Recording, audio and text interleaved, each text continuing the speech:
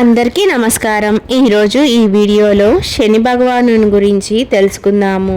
ముందుగా మన ఛానల్ని ఎవరైనా కొత్తగా చూస్తున్నట్లయితే సబ్స్క్రైబ్ చేసుకొని పక్కనే వచ్చే బెల్ సింబల్ని క్లిక్ చేయడం ద్వారా నేను పెట్టే ప్రతి ఒక్క వీడియో అనేది నోటిఫికేషన్ రూపంలో మీకు అందడం జరుగుతుంది. అంతేకాదు వీడియోని చివరి వరకు చూసి మీ అభిప్రాయాన్ని కామెంట్ రూపంలో తెలియచేయండి మరియు లైక్ చేయడం మాత్రం అసలు మర్చిపోవద్దు.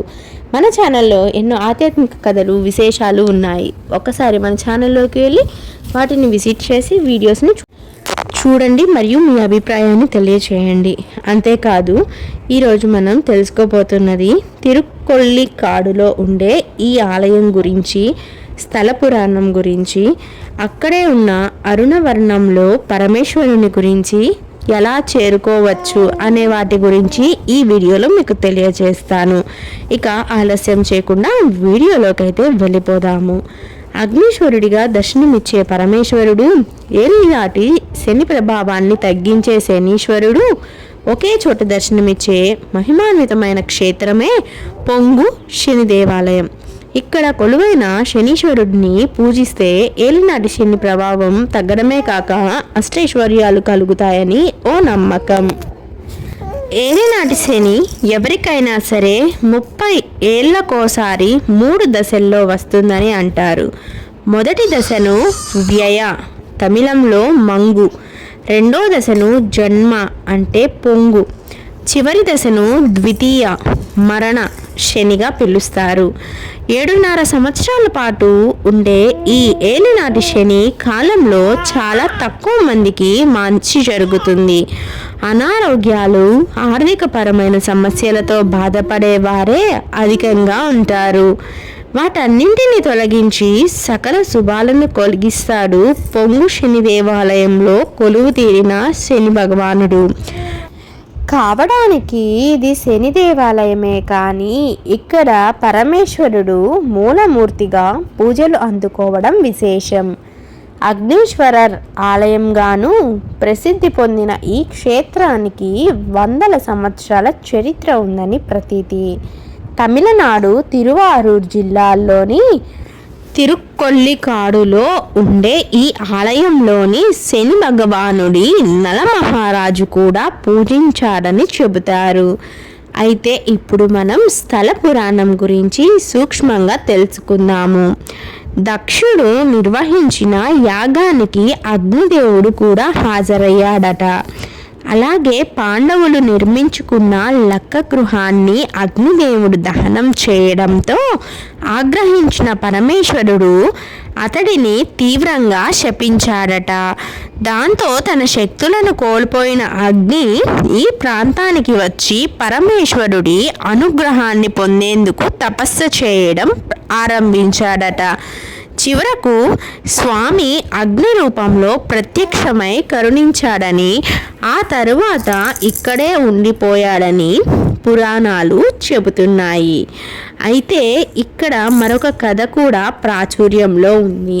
అది ఏమిటంటే, ఏలినాటి శని కారణంగా భక్తులు తనని దూషిస్తున్నారని బాధపడిన శని పరిష్కారం చూపించమంటూ వశిష్ఠ మహర్షిని కోరాడట. ఆ మహర్షి పరమేశ్వరుడిని పూజించమని సూచించారు.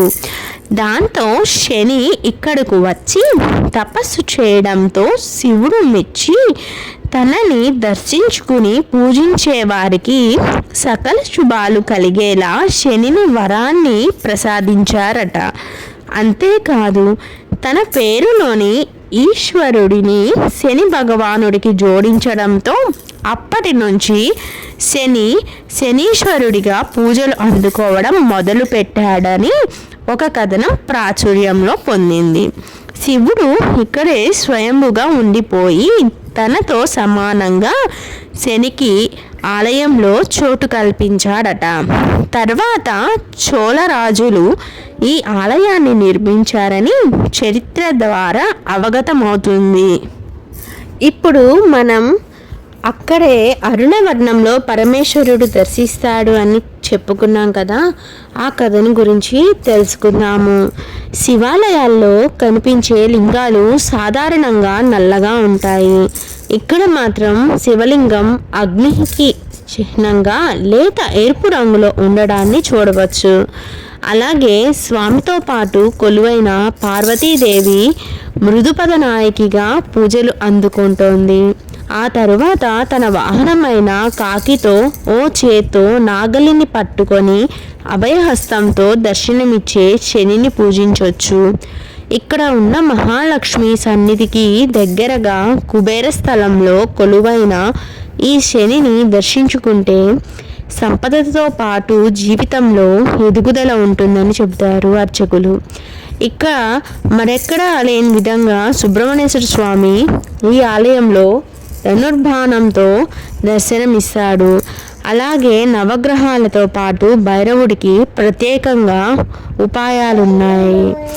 సాధారణంగా ఇతర ఆలయాల్లో నవగ్రహాలన్నీ ఒక్కో దిక్కులో ఉంటాయి, కానీ ఇక్కడ మాత్రం ఎదురెదురుగా ఉండటాన్ని చూడవచ్చు. పరమేశ్వరుడికి బిల్వపత్రాలతో కొలిచినట్లే శని భగవానుని పూజించేందుకు ఈ ఆలయంలో జమ్మి వృక్షం ఉంటుంది.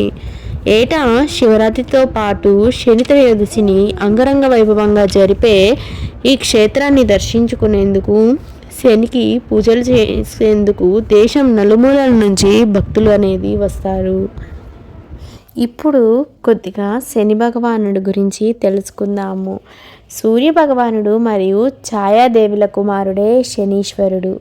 ఈయన కర్మఫలదాత మరియు న్యాయాధిపతిగా పేరు పొందినవారు.